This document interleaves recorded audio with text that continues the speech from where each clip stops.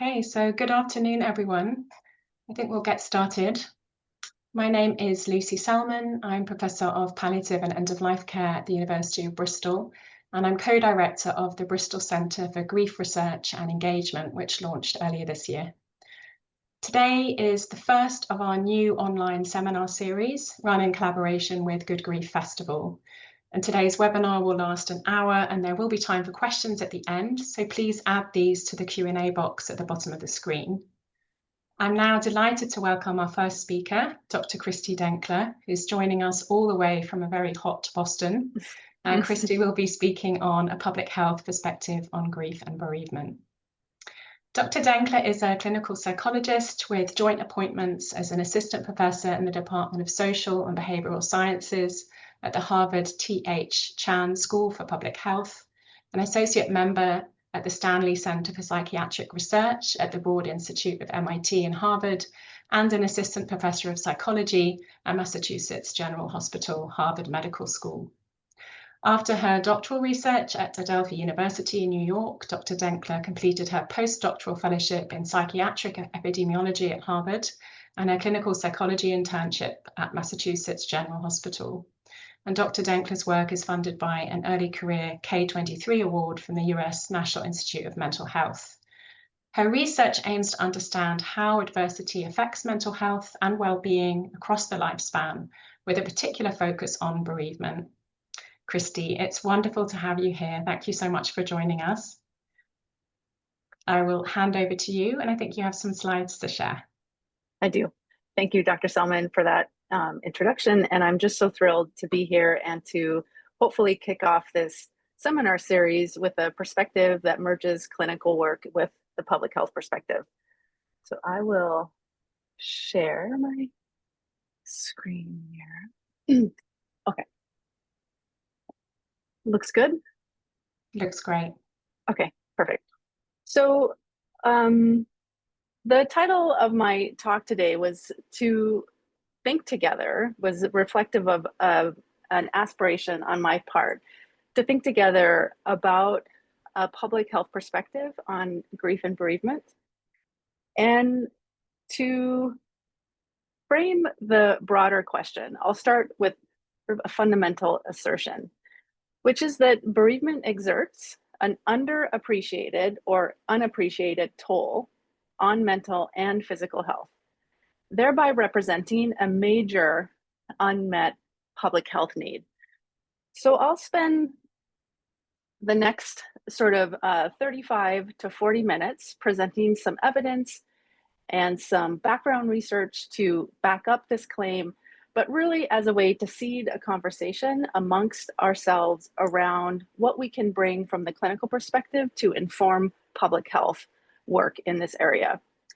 So the question that I'll put at the very beginning to seed for conversation that I'm very much looking forward to having together is, what does a whole population approach to bereavement-related health risk reduction look like? To add some meat on this conversation, I'll go over 5 sections of the talk. I'll start with really setting the stage for what a public health framework for grief and bereavement looks like from more of a theoretical perspective. And then I'll look at some of the evidence to suggest that points to social determinants of bereavement itself. And then additional evidence to suggest that bereavement itself is now a determinant of mental and physical health. And then I'll bridge some of this content with a first look at some of the epidemiology of prolonged grief disorder, and then end the conversation with a wrap up, aggregating all this information into what a whole population risk reduction strategy might look like. So I'll start with the first section here, really a public health framework for grief and bereavement. And let me just start my timer too, so I know. Okay, so for better or worse, the COVID-19 pandemic really put bereavement and grief in the forefront of public consciousness as a salient public health issue. So these are some of my screenshots from talks I was giving during the pandemic, which I saved as sort of an archive for reference. This was the dashboard from the Johns Hopkins University of Medicine university that was tracking daily mortality due to COVID-19. And then, of course, it really brought up a conversation more broadly in the public sphere around memorials, around grief, and around loss, and around burial practices. So this is just some kind of context for where we are, for better or worse, as a result of the COVID pandemic. This is another kind of very interesting tool from an epidemiologist, Susan Hillis, who's at Oxford now, who deployed this dashboard, which gave a daily count of orphanhood that was accumulating globally between 2020 and 2022. This is the screenshot for the US, but I believe almost every country in the world was represented in this dashboard. It's no longer active, obviously, with the reduction in mortality. But again, this sort of calculator and easily accessible tool was really the first time, at least to my knowledge, the public or a research community had access to sort of daily mortality count. So what did the epidemiologists or our demographers and public health friends introduce to our clinical work with bereaved individuals? So I'll start with a broad framing just to set the stage again with some basic definitions of epidemiology to bridge our conversation into the public health perspective. So epidemiology is an amalgamation of three word roots: epi, upon, demi, people, and of course, ology is study. So formal definition is a study of the distribution and determinants of disease within groups of people. And then the second part, which is really critical in epidemiology, is the development of knowledge on how to prevent and control them. So there's very much this implementation piece to the definition of epidemiology. A more plain language and direct definition comes from our colleagues Sandra Galea and Catherine Keyes, which is to understand the causes of diseases so that we may act on those causes and improve health. So this is a very forward definition, more plain language definition of epidemiology from Sandra Galea and Catherine Keyes. So this is broadly epidemiology, but what is psychiatric epidemiology? Well, psychiatric epidemiology is a study of distribution and determinants of mental health and disorder in human populations. And then again, we have that second part of the definition, which is to apply this knowledge and study to the prevention and treatment of mental health problems. So what this broadly represents is really a seismic shift in our perspective, and it reflects, we can dichotomize this perspective into a medical and an epidemiologic perspective, just to again put some more examples on these definitions. So the medical perspective, which many of us are trained in as clinicians, focuses of course on the individual, on clinical cases and courses, treating the ill, how to treat disease. And some examples here are early cancer screening, bariatric surgery for obesity. These are really interventions that are occurring at the individual level to intervene on the course of disease. An epidemiologic perspective rather takes a very different look at this same issue from a population perspective. So we're looking at everybody in a certain population, in a region, in a country of a certain group. We look at communities, so very much a community perspective. And the focus is really on prevention. So preventing illness. We can think about the classic cases of cholera and drinking water, which really was sort of the canonical beginning of epidemiology, and the idea is leveraging this knowledge to prevent illness. So some examples of interventions or health aspects that have grown from epidemiology include things like raising the legal age for access to nicotine products, or increasing access to healthy foods and exercise. So we're looking at the same problem of disease distribution, intervening and preventing it, but really from radically different perspectives. And those have implications for the models and the science and the theory behind the different perspectives. So I'll start with a bit of background. In preparing for this talk, I spent a lot of time reading some of the work of Jeffrey Rose. Largely, I'm very interested in this early work. He wrote this book in 1992 and had come from London School of Tropical Medicine and Hygiene, and had in this book outlined his theory of preventative medicine. In his assertion, he has a couple of basic assertions that arise from his work. One is that the determinants of individual differences in risk may be different from the determinants of differences between social groups. So this is very, very interesting. So this might suggest things like the determinant of lung cancer is going to be different between individuals and groups of people. So we can imagine a group of people living in an area with very high air pollution who also smoke versus individuals who live in an area, a more rural area with less air pollution but smoke. So each have a susceptibility to lung disease, but for very different reasons. And that has implications for how intervention, public health intervention and prevention is deployed. So he said, the primary determinants of disease are mainly economic and social, and therefore its remedies must also be economic and social. So here we see again a profound shift from the medical model into how we think about disease prevention and intervention.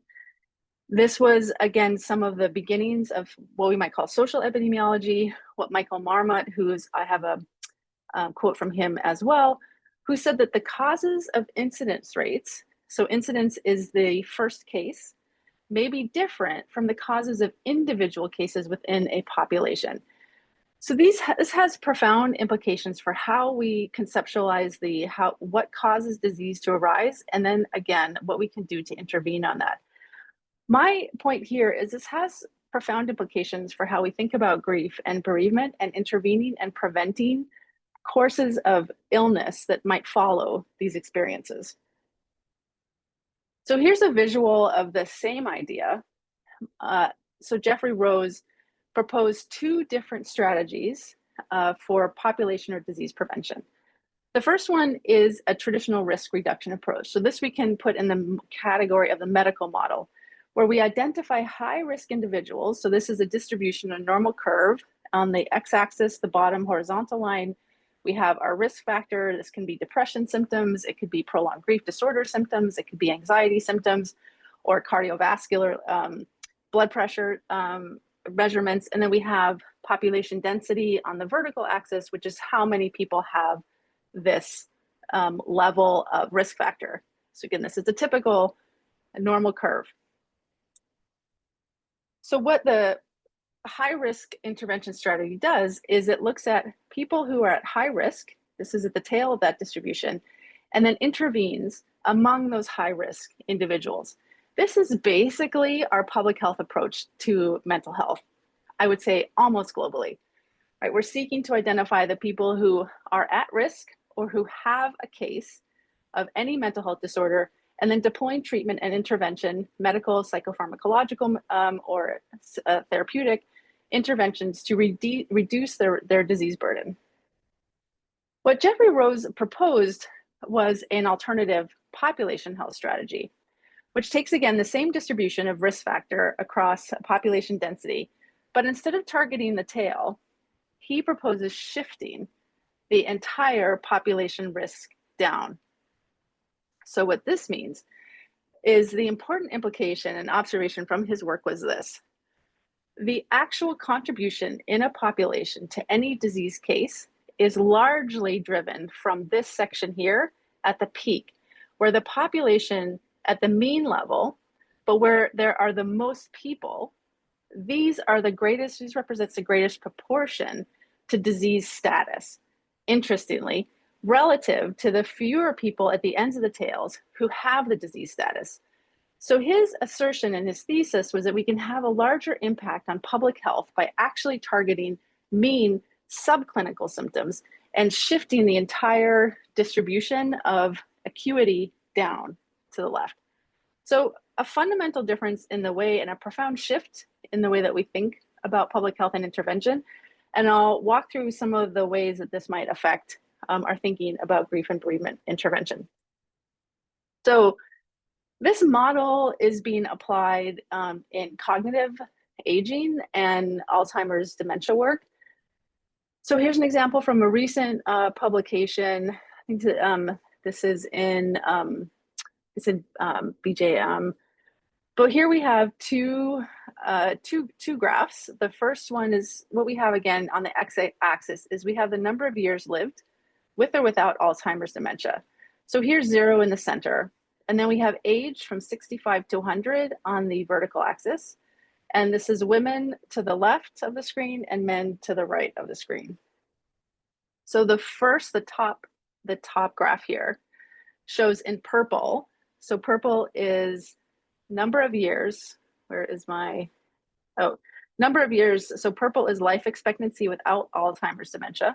So these are people, so someone without Alzheimer's dementia at 65 could expect to live 20, maybe what is this, 21 years without Alzheimer's dementia. But individuals with Alzheimer's dementia life expectancy with Alzheimer's dementia is for women is up here at this 24 axis. For men, it's different. What we see when we compare, okay, so this is participants with 4 or 5 healthy factors. These are lifestyle healthy factors like diet, exercise, and on the top we have participants with 0 or 1 healthy factor.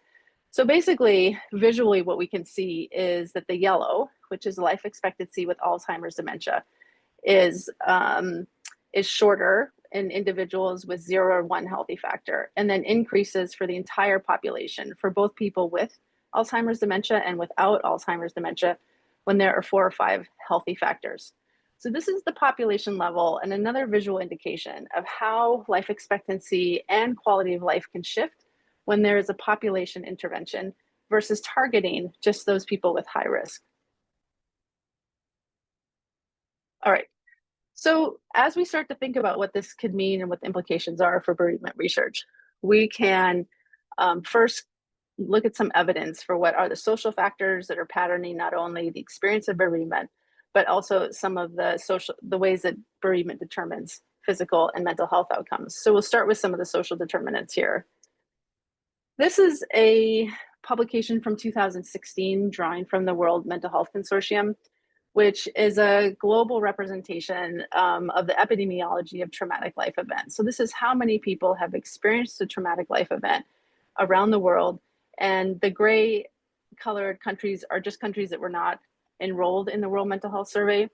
So what this illustrates is the high prevalence of traumatic life events globally in the population. The countries shaded in red suggests that there are over 70% of the population has experienced at least one traumatic event in their lifetime.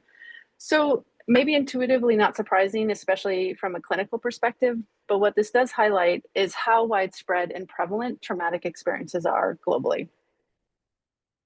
We don't have a similar study done on bereavement and grief, but we can see some evidence. This is again from Susan Hillis's work during COVID, illustrating the rates of orphanhood, so that was parent and caregiver loss around the world. So again, we can start to see how widespread and how differently rates of loss are patterned depending on the country. We can start to think about some reasons why these rates might be different, right? Like social safety nets, access to healthcare. So again, we start to see some hints about the social factors that are patterning simply the experience of losing someone, a loved one. This is some similar data from the United States, just pointing out a similar pattern. We can start to see these are the states. Dark purple is a higher prevalence of parental loss by the age of 18. And so we can see in the Southwest, states like West Virginia, Mississippi, Alabama, where we have less social safety net and higher poverty rates, we start to see elevated rates of parental loss. So again, another hint at the social factors that are patterning risk itself. This is some data from a very large longitudinal study, the Ad Health data from Deborah Umberson, published in PNAS in 2017, illustrating social race and ethnicity stratification in risk of losing a parent and as a young adult. So on the x-axis, we have age from 0 to 30. And on the right, we have fathers dying, and on the left we have mothers dying. And the red line indicates African American, so Black individuals, and the white line indicates white individuals. And this is just the risk of having a parent die on the x-axis. So we can see the difference, just simple difference pattern by race, ethnicity in the US that is informing the risk that you will lose a parent as a young adult. We extended this work into the NCSA data, which was a national study of children and adolescents. Again, replicating, illustrating similar findings. The risk of losing a parent or having a parent die by the age of 18 is almost triple-fold for Black youth relative to white youth, and this is in the US. We see similar patterns in education level, so risk of losing a parent before the age of 18 is also elevated among parents who have less education. So we start to see the broader social factors that are at play in shaping the relative risk of these premature losses, with profound implications for youth. What was interesting is that we looked at the risk of psychiatric disorder among these bereaved in the same sample, and found that even though the rates of bereavement were different or stratified by race, ethnicity, and parental education, the relative risk of a lifetime psychiatric disorder was elevated among bereaved youth, but not different relative to social strata. So it didn't matter what the parental education level was or race, ethnicity, all youth had a similar risk of any lifetime psychiatric disorder. So this bridges the next section of the talk, which is looking at bereavement as a determinant of mental and physical health. And again, when we start to look at the data from epidemiology, we start to see a broader picture of the many health effects of grief and bereavement. So I'll start here. This is again data from the World Mental Health Survey. And what we have on the slide is a table with a lot of numbers, but I will draw your attention to these two boxes. So this study looked at the many kinds of traumatic exposures that people can experience, and then asked, based on that particular exposure, what is an individual's relative risk of PTSD, of post-traumatic stress disorder? So here, if I direct your attention to the second column, this is a conditional risk of PTSD. So this is how many people, given this civilian in a war zone, are likely have a risk of developing PTSD. So here we have some very canonical and distressing traumatic exposures, including exposure to organized violence, being a civilian in a war zone, civilian in a region of terror, relief worker in a war zone, refugee, kidnapped, highly traumatic experiences. And what we see is the conditional risk of these individuals who have experienced these exposures ranges from 1.3% to very high at 11%. So this is an outlier here. Kidnap, of course, very traumatic. And here we see the proportion of all traumatic exposures represented. So fewer people of the sample are actually experiencing these traumatic exposures, again, not surprisingly. But we compare these numbers, so 1.3, 1.6, 0.8, to the next category of traumatic exposures, which includes what is sort of categorized as network trauma exposures, but include things like unexpected death of a loved one, which of course we're all very interested in, life-threatening illness of a child, and other traumatic experience of a loved one. And we see something very interesting emerge. First of all, this represents a significant proportion of all traumatic exposures experienced in the population. So again, if we start to think about this population health perspective and how many people are affected, we're seeing that almost a quarter of the population who engaged in this survey, and this was 47,000 people, were endorsed experience of this sort of network traumatic experience. And interestingly, had elevated rates of conditional risk of PTSD, of course, not more than kidnapping, but more than some of these other canonical traumatic experiences. So 5.4%, that the total, so 5.3%, 5.1%. So we're seeing a range of conditional risk for PTSD that exceeds, oddly, this, for example, exposure of refugee status. So what does this tell us, right? I'm often surprised at the staggering impact of unexpected death of a loved one on risk for post-traumatic stress disorder, but the data certainly hint at that. This is some additional descriptive data from another population-based data set, which looked at, among other things, sort of conditional risk of major psychiatric disorder after the unexpected death of a loved one. But this table, this descriptive table, is so interesting to me because what it did is it asked people who had experienced a traumatic event. So they said, of all participants, you've had a traumatic event. And then they asked you which one was the worst. And this table represents the proportion of the sample that said the unexpected death of a loved one was the worst. Out of everything that I experienced, the unexpected death was the worst. And here we have people who experienced one or more. So 30% of them said this was the worst thing I had ever experienced. But look what happens. We don't see much of a decrease as we travel down this column to people who have 11 or more traumatic events. Among people who have 11 or more, this is a high trauma burden. This is someone endorsing 11 life-threatening traumatic events. And still they say nearly a quarter, 21.6% say that the unexpected death of their loved one was the worst that happened. So we start to see this picture emerging from some of our population health data, which may not surprise clinicians, but that this event of experiencing the unexpected death of a loved one is highly traumatic and high risk factor for sequelae of psychiatric disorders. This is some of our data extending some of our findings about the lifetime risk for psychiatric disorder among youth who had experienced the death of a loved one in the National Comorbidity Study of Adolescents.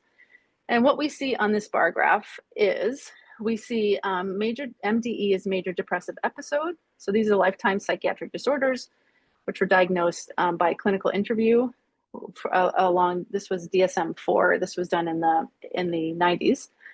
And then we have in the middle MDD, which is major depressive disorder.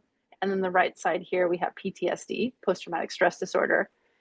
And on the vertical axis, we have lifetime prevalence. So this is how many people experience these diagnoses at any point in their lifetime, ranging from 0 and to 30 is the upper bound. So 30%, this would mean 30% of individuals endorse or have experienced at some point in their life a diagnosis. What we have done is stratified these prevalence rates into 4 categories. So these are children who still live with their parents in the gray, so no bereavement and living with biological parents. And in the blue, we have individuals who have little to no relationship with their biological parent. So the inspiration for this study is we had looked at the lifetime risk for psychiatric disorder among youth who endorsed the death of a biological parent. The NCSA data set and generally the population in the US is highly diverse. So family structure is not necessarily what we would call nuclear or defined by 2 biological parents, but can have extended kin networks. So I became concerned that we had overestimated the effect of a parental death in that sample because we weren't looking at the actual household composition of the individuals who were endorsing loss. But what we found was actually the opposite. So in a nutshell, this dark green are the youth who are reporting a very close relationship with their biological parent. And by close, we define not necessarily emotionally close, but also live in the same household with that family member and have lived so continuously. We had some nice data here on changes in household structure in the sample. So many, we knew if, say, a biological parent was not living with the youth, and we knew why they weren't living with their youth. So that allowed us to create these 4 categories. In the gray, again, living with parents. Blue is little to no relationship. So their biological parent may have died, but they really maybe never knew them. Maybe the parents were divorced when they were young, or the father was incarcerated, and that happened to a significant proportion of the sample. And the middle green is sort of the teal color, it's a distanced relationship. So these were individuals who maybe knew their biological father, but maybe only for a year or so. And then these are the close relationship in the dark green. And what we can see here is how profoundly these relational closeness and these characteristics of relationship and closeness to the biological parent patterns risk for lifetime psychiatric disorder. Again, potentially not surprising to a clinician, but from a public health perspective, it really informs where we think we might intervene to prevent and reduce the lifetime risk of psychiatric disorder from a population health level. Then this has quite a bit of information in this, but I'll just direct your attention to the top half, which is here's segment A.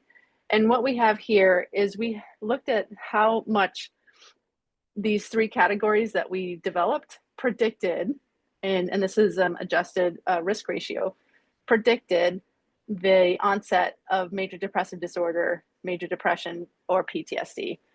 And the main take home from this is I'll direct your attention again to the PTSD vertical line here, which is this third down. And we can see how much more elevated the risk for PTSD is relative to major depressive disorder. It's almost a threefold risk. So these risk ratios are ranging from 1 to 6, which is very high, and 6 times the chance of developing post-traumatic stress disorder given the death of a parent versus the burden of major depression. So we see in a population level a more significant burden for risk for post-traumatic stress disorder than we do for major depressive disorder in this population when there's a strong household and biological and emotional relationship with the deceased parent. This is some data from our colleagues in using some of the health registry data in Scandinavia, which has really, in my opinion, done the most to inform our understanding of the population health burden of bereavement and loss in across a number of outcomes. So this is some work from Kenneth Kendler and his team looking Karolinska, looking at Swedish registry data, and again illustrating. So this is looking at the death of a spouse, and in the left column we have death before the age of 65, and in the right-hand column we have death after 65, and we can see the probability of these disorders occurring from 0 to 0.2. And in the first row, we have stress reactions. So we see elevation, a strong spike in probability of a stress reaction among spouses who experience the death of their partner before the age of 65. We see a less elevated, but still an elevation among when the death occurs 65 or after. So again, another picture informing our broader view of the risks and the determinants of mental health conditions after these types of experiences that are largely dependent on relationship and on age, on lifespan, race, ethnicity, and other factors which we'll talk more about today. This is a lovely piece of work from epidemiologists working with Icelandic Scandinavian data. I don't know if any of you have seen this, but this is from the paper. The citation is at the bottom, looking at mothers' risk of premature death after child loss. And this was across 2 centuries of data in Iceland. And what we find is the red dots are the women, the blue dots are the men. The dotted line represents sort of a null risk. So there's no difference in relative risk for mortality. So this is for death for the mothers after experiencing the death of a child. What we see is even across 200 years of data, we see consistent evidence of an elevated risk for early mortality among women aged 14 to 50 years old who experience the death of a child. And we see where the confidence intervals, where the bars sort of overlap this dotted line, it suggests that there's no statistical or no statistical association. And so we consider those null results with an elevated effect. So we see for men less of an effect on mortality risk after child loss. So again, painting another picture of the population burden of physical health conditions after the experience of bereavement. And this is some data we're working with. This is unpublished, but some fresh from the print data on widowhood and mortality in the 2 occupational epidemiological cohorts we work with here at Harvard. This on the left is the women's cohort. It's a nurses' health study. And on the right is a men's analogous cohort of the health professional follow-up study. And what we see here, Kaplan-Meier survival curves. So they're really just showing the risk of mortality stratified by these 3 groups. So on the up and down axis, we see our survival probability from 0 to 1. So 1 means you are alive, and 0 means there's 0 probability of survival, therefore you're dead. And so in the red line, we have widowed. Sorry, not widowed. The green line is widowed, and the blue line is widowed. So this blue line here shows the risk of death among men who experience the death of their wife or their partner. And we can see that the probability is stronger of death relative to people who either remarry or are not widowed. So red is not widowed and green is remarried. So where these lines don't touch, so there's a significant difference in probability or risk for death. So we see these elevated mortality risks among men who lose their wife. And we see this actually similarly among the women, elevated risk of mortality among women who are losing their spouse. The magnitude is different. So the magnitude, as you can see, the curves drop faster in this men's health cohort, suggesting the magnitude is actually about 5 times as much greater probability of early widowhood in the men compared to the women. Again, for clinicians, this probably isn't new information, right? We might see people presenting for clinical care, especially older adults in the wake of losing a spouse. But what this does is illustrate its prevalence and the potential differences or social differences between men and women around risk for mortality. Okay, so I'll move into the kind of final sections of the talk today, which is bridging some of these concepts to think about prolonged grief disorder. And I will just say a caveat here is probably folks in the audience would agree, but there is some controversy around this disorder, even down to the name, which colleagues have suggested is potentially could have been better named post-bereavement stress reaction. So I'll put this in sort of a parentheses to avoid the sort of stigmatizing and unfortunate naming of this condition as prolonged grief disorder, which is sort of done a disservice to all of us, but we are a little bit stuck with it now because it is now diagnostic, codified now in the 2 major global diagnostic manuals for health conditions. Of course, the ICD-11 and the DSM-5 text revision. This is sort of an infographic that came from the American Psychiatric Association as a public health outreach to explain or describe what this sort of newly entered condition is into the DSM and the ICD. This is for American Psychiatric, so this DSM. But of course, this is a controversial topic. I have the slide here as a way to reflect some of the public conversation around the controversy of this diagnosis. I don't know if any of you saw, this was in the New York Times around 2 years ago when the DSM was announced or released, and the provocative title was "How long should it take to grieve?" Psychiatry has come up with an answer. So this article particularly helped our move the conversation forward, but it certainly captured some of the controversy, especially in the US, around the entry of this diagnostic condition into the DSM-5. Arthur Kleinman is another person who's written quite critically about the condition, sort of grief as a clinical condition. Of course, we have Jerome Wakefield, who is largely opposed, vehemently opposed to the status of prolonged grief disorder as a diagnostic condition. And then this is a screenshot taken from a website of the grief recovery method, where the image says grief is normal and natural. It is not a pathological condition or a personality disorder, notwithstanding, of course, personality disorders are a separate class of conditions. But what we see here is a large sort of this categorical rejection of some of the basic information that goes into psychiatric training. But these are not without, these aren't, these are valid. These are, in many ways, these are sort of valid critiques as well of the diagnostic process in post-bereavement conditions, which I think we all also acknowledge or struggle with as clinicians.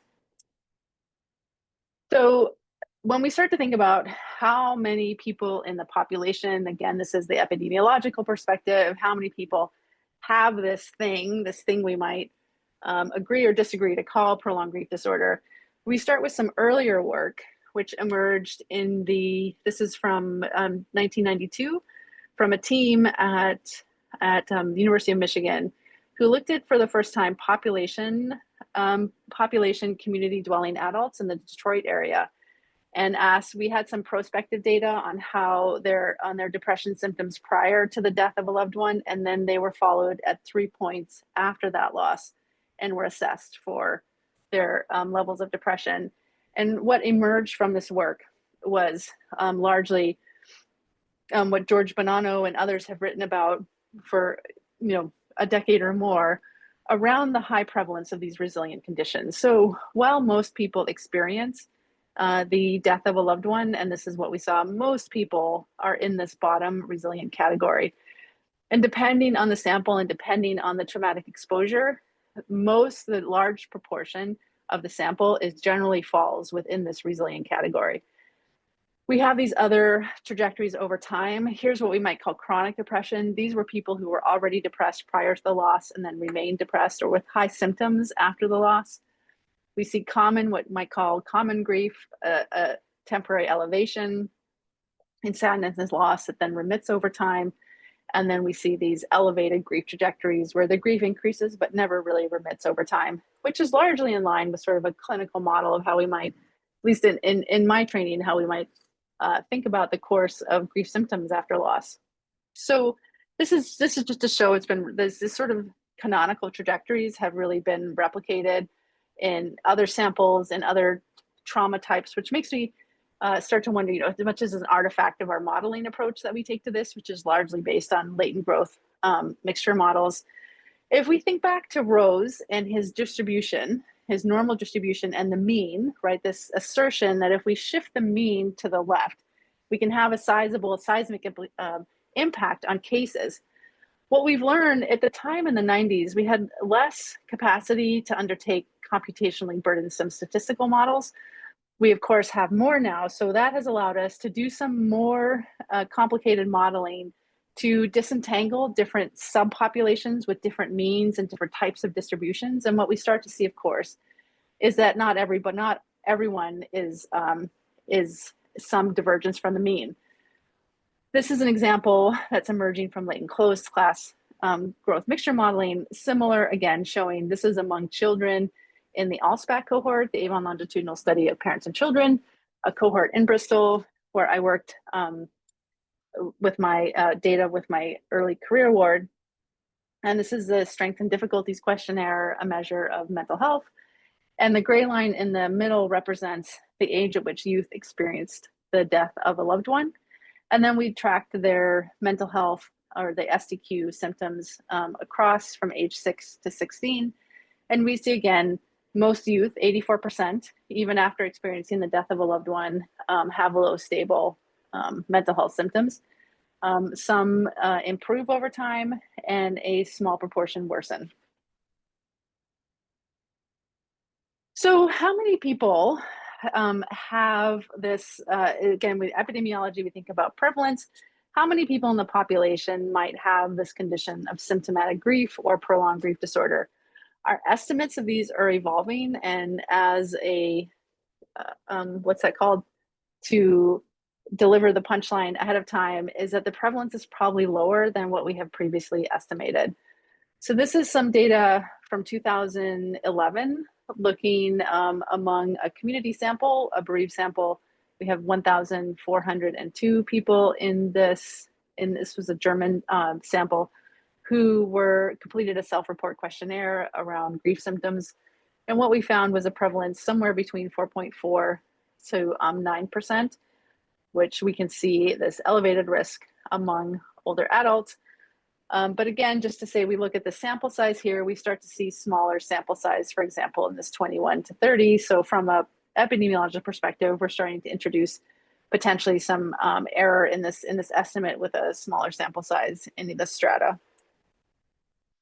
That said, we looked at a larger sample size. This was data from 2011, so around the same year, estimating symptomatic grief in the Rotterdam cohort, which is a cohort, a longitudinal cohort of aging adults in Rotterdam. So it's 5,471 adults.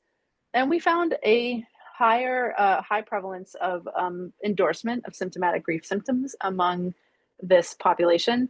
We see this interesting potential curvilinear effect, which may be true among individuals 75 to 85, where there is a higher prevalence of clinical symptomatic grief, 31.3% among those bereaved, relative to younger or even older ages. There have been several meta-analyses. Potentially some people in this audience have been involved in some of these studies. But what we see here is this dotted line represents the mean, and these are the estimated prevalences. We have 0 from 0.8.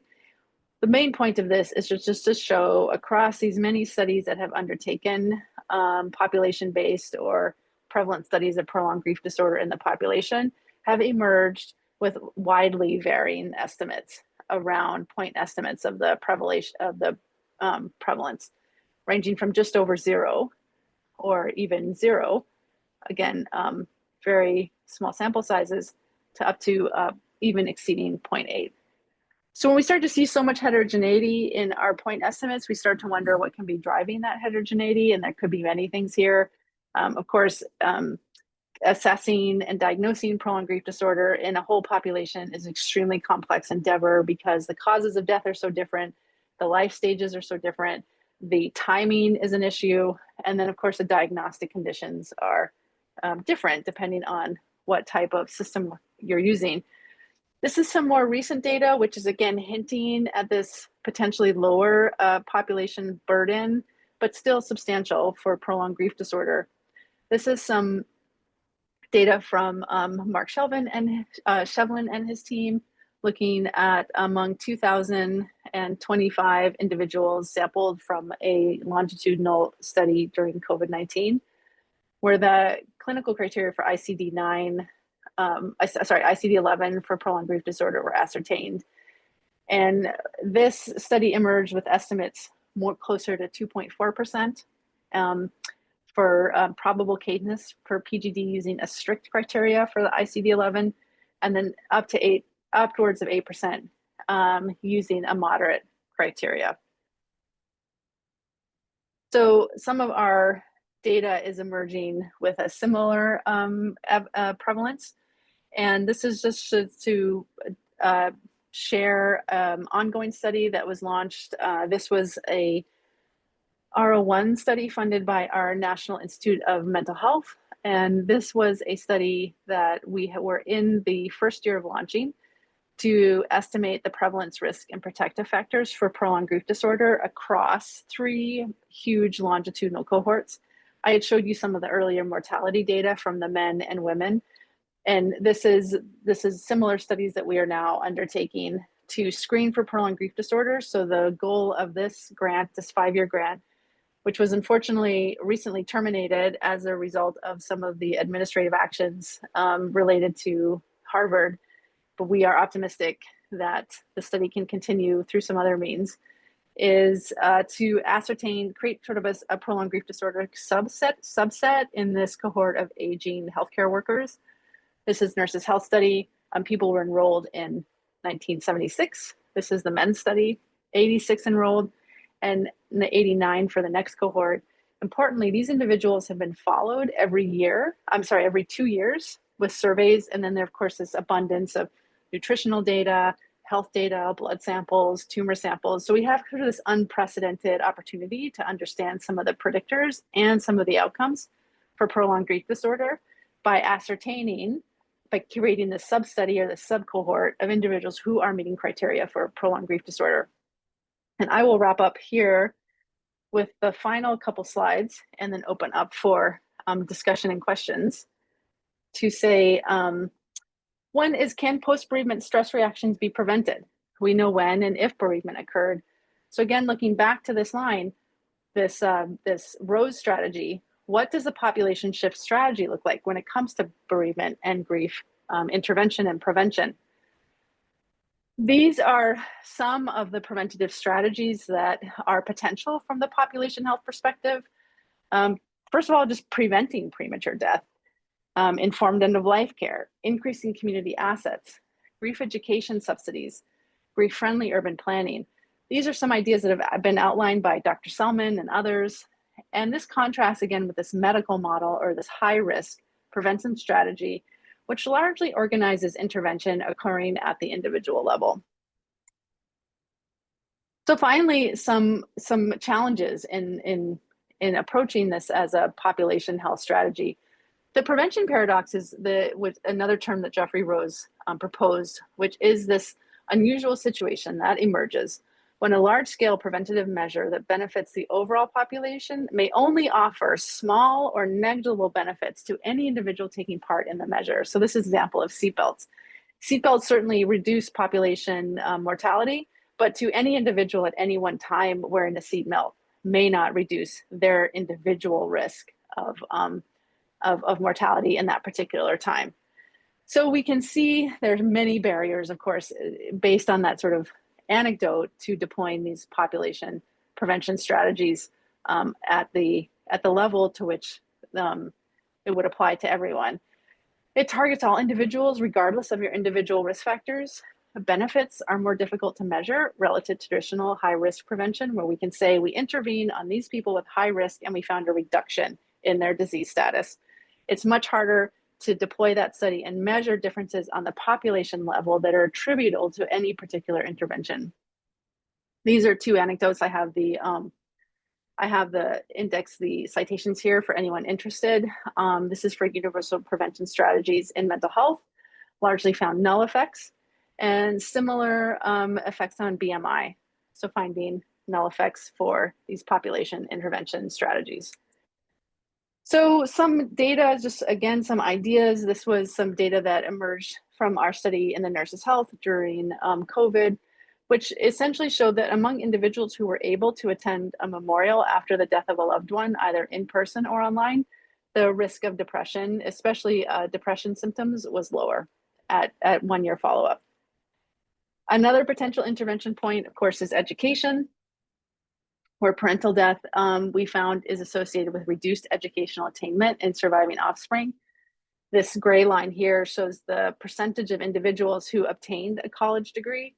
And this is the lighter gray line are bereaved individuals. And then the darker gray line are in youth who did not lose a parent. So we're seeing these lifelong implications for parental bereavement on just simple educational status attainment, which we know is associated with lifelong mortality and health risks. So I'll conclude my comments here with this quote from Dr. Selman in her 2004 lovely paper, which suggested that access, and this is a quote, access to services and intervention is necessary, of course, but it's nowhere near enough. So with that, I'll turn to a conversation. I'll stop sharing my slides, and I would love to hear any questions or comments from the audience. Thank you so much, Christy. That was really fascinating, and I think struck just the right balance between introducing us all to some of the concepts that you think about in public health, but also flagging some of the key studies and research evidence that we all need to know. So thank you so much. I will just head to the Q&A and have a look at some of the questions that have come up. So there's a couple of kind of clarificatory questions about the studies that you were presenting on. So one is, in terms of the prevalence of symptomatic grief conditions among bereaved populations, are there any correlations between cause of death, which is to say certain causes of death, such as suicide, causing higher prevalence of symptomatic grief like PTSD, etc., than others? Mm-hmm. Yes, great question. And I didn't present that data today, but there are certainly studies suggesting that the cause of death does inform the risk for psychiatric or symptomatic conditions following that loss. Of course, some of the ones like suicide loss are certainly more elevated or associated with a chronic or a longer adjustment period to grief and loss, which we can call that, avoiding some of the clinical terms, which gets back to the first question about defining unexpected death, which is this area of really significant fascination for me, because I think all the time about how we define and consider whether death is expected or not. In fact, in the survey we're developing, we've had to do a lot of thinking on how to ask people, did you expect this death? This is among an aging population. I always say, who expects death? But to answer your question specifically, unexpected death, the reason that arises is because there is in the PTSD assessment module or approaches that, they survey traumatic experiences. And one of the traumatic experiences that they survey is the unexpected death of a loved one. So largely that data is arising from work in PTSD work, and it's simply defined by its term, which is unexpected, for the individual endorsing that event. I think that's a really important point, because we often find, even in palliative care, a patient may be known to have an incurable condition, but that doesn't necessarily mean that the death feels expected to people in the family. So it is quite a complex area, and that term itself, when used in a survey, doesn't really tell you how it's being interpreted by the person completing the survey, does it? At all. And I don't have clear data to back this up, but my suspicion is that the unexpectedness or expectedness is largely defined also by social conditions. So among wealthier countries with more access to healthcare, where we may expect intervention to prevent earlier off-time loss, versus in circumstances where there isn't the same access to healthcare, where death might be more routine or expected. And importantly, you flagged in your talk end-of-life care as well, and there's an important relationship there too, isn't there, around whether the clinical team caring for somebody has had that very open, honest conversation with family members about what to expect and what might happen in the next months or weeks or years. So I think it kind of relates to that as well, doesn't it? Definitely. Another question here from Molly Conisby. Molly will be one of our future speakers, so thanks for attending, Nice. Molly. Thanks, Molly.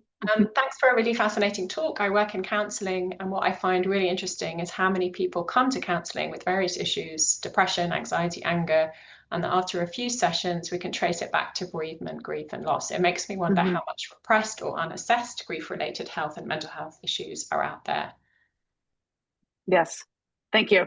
You're speaking to my passion, to my heart, which is the case that I am trying to largely build through this evidence, is that it is a largely underappreciated exposure or adverse experience that isn't accounted for in our routine approaches to even mental health care, much less physical care.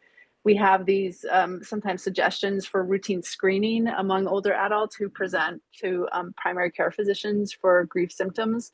Of course, this gets back to the high-risk strategy and intervening on individuals who might already be presenting for care, but we do see individuals who present even for primary care at an elevated rate after loss. So yes, I am often always astounded as well, especially in clinical work, where people, even after a few sessions, will start to talk and then ultimately identify a significant loss. We see this in movies, we see it in stories, we see it in our major kind of hero myths. There's almost always an unexpected death or a traumatic loss that precipitates these significant changes. So thank you for your question. Thank you. We don't have long, but I'm gonna, if it's okay with everyone, we're gonna overrun by 5 minutes just to get through a few more of these questions because they're so fascinating. Also relating to Molly's question is a question from Rebecca Haycock. I work for a child bereavement charity, and building on Molly's question, do you know anything about the impact of tracking bereavement? I work in education. We often find one of the reasons professionals find it difficult to support bereaved young people is because they're unaware of the bereavement. Yeah, this is again a major barrier to even considering effective public health interventions is the lack of data or capturing these losses among children. Even among school-age children, interestingly, these losses can go completely unaccounted for, or unknown even to their closest providers or network or caregivers in the school systems. So when you so I think this is leading to our largely underappreciated burden of bereavement in the population, because we aren't tracking or aware of these losses to the extent we should be. Yeah. And you're right, it doesn't always count as an ACE, an adverse childhood experience, which is so interesting. We have that's another historical. But originally, when the Kaiser Permanente team was developing the Adverse Childhood Experiences Survey, as we know, childhood bereavement wasn't included. And so we have a legacy of this sort of reasons why childhood bereavement isn't typically ascertained, especially in our large surveillance public health data sets. And that is obviously so problematic, given the data that problematic about how traumatic, those kinds of experiences of unexpected or traumatic bereavements can be. Yes. A question here from Ava, which is raises quite an interesting point. So you raised a study, discussed a study showing lower educational attainment in bereaved youth. And Ava was just flagging that there's also anecdotes around young people who lose a parent feeling empowered or emboldened by a sense of resilience. And I didn't know this, but apparently the majority of British prime ministers have lost a parent early in life, suggesting in some cases bereavement can actually contribute to high achievement levels. Do you know any research on this? I do. In fact, there was just a study just came out in JAMA Network. So if you Google bereavement and resilience, you'll see some data from a team using some of the Swedish registry data, looking at the mediating role of resilience factors in health outcomes among parentally bereaved youth. But this even ties back to the earlier question, the profound impact of loss and how it emerges for people and how people make meaning of this. And it squares also with the data we see, some of the early data on resilience, in the sense that most people are ultimately, when we look at population health data, asymptomatic or resilient after losses. So when we think about these, the clinical onset or the cases, these are occurring really in a subset or a minority. And this is reflected in our lower prevalence estimates as well. It doesn't mean that it isn't a significant concern, of course, but what we do see, and what is just so fascinating, is that the resilient course is more the norm than it is the exception. And whether that precipitates extraordinary achievements in life is a broader question, which I would love to talk about more. But it's certainly something I've observed as well. Thank you. I like this question from Nick. So you described at the beginning the sort of the left shift that we're looking to achieve, that Jeffrey Rose described, so shifting the entire risk distribution. Do you know of any studies or examples where that shift has been studied, or interventions have successfully managed to make that move in, perhaps outside of bereavement also? Yeah, thanks. It's a great question, Nick, and it's something that I would love to look at myself. Some of the earlier studies, and I can send you the papers as well, by Joanne Whittington, who must have worked with Geoffrey Rose, looked at some population data and found that the shifts of reduced decrease in depression did result in fewer cases in the overall population. But what the actual intervention was, there's the Pims-Cupers paper that I shared, which actually found a null effect. So they found a null effect for this sort of mental health broad population intervention measure in schools. So unfortunately, what the data is starting to show, from what I am seeing in my initial review, is that these interventions at the population level do have null effects, which doesn't, I think, necessarily mean that intervening in the population level isn't possible. It just may mean that our assessments and our strategy and what the effective instrument is hasn't yet been identified. And this is a very open field in bereavement and grief research now. Well, you're flagging important areas for future research as well. Yes, really definitely. To think about. I'm really sorry that we didn't manage to get to all of the questions today, but I hope everyone attending found that as illuminating as I did.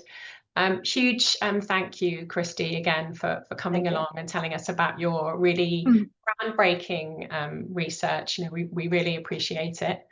Thank you to everyone also for coming along and for joining us. Our next event is on the 10th of September. Dr. Molly Conisby from the Centre for Death and Society at the University of Bath will be talking about what we can learn from history about grief, loss and bereavement. And you can sign up on the Grief Centre events page. So thank you all so much. Thank you for inviting me. Have the rest of your day, everyone. Goodbye. Goodbye.